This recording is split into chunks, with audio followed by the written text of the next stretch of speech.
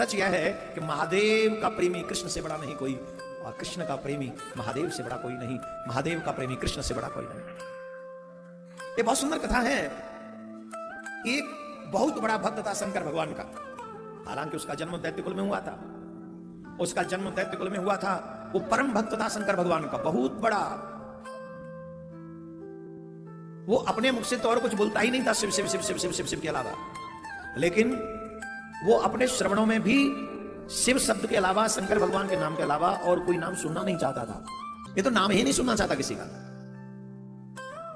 तो किसी देवी देवता का, अन्य देवी देवता का नाम न पड़ जाए, इसके लिए उसने अपने कानों में बड़े बड़े घंटा लटका लिए।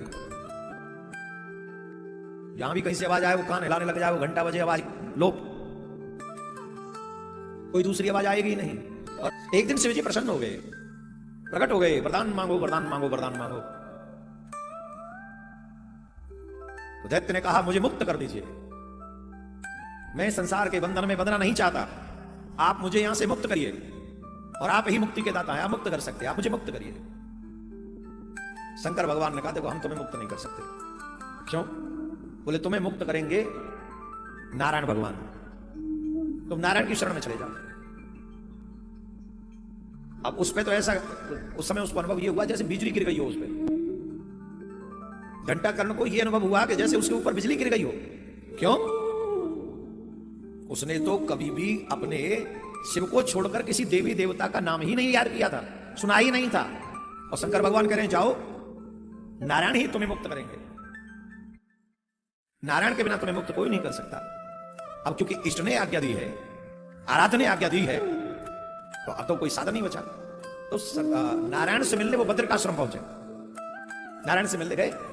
तो नारायण से मिलने गए तो पता चला कि नारायण भगवान इस समय कृष्ण अवतार में है और द्वारका में विराज रहे हैं। तो फिर द्वारका गए श्री कृष्ण से मिलने।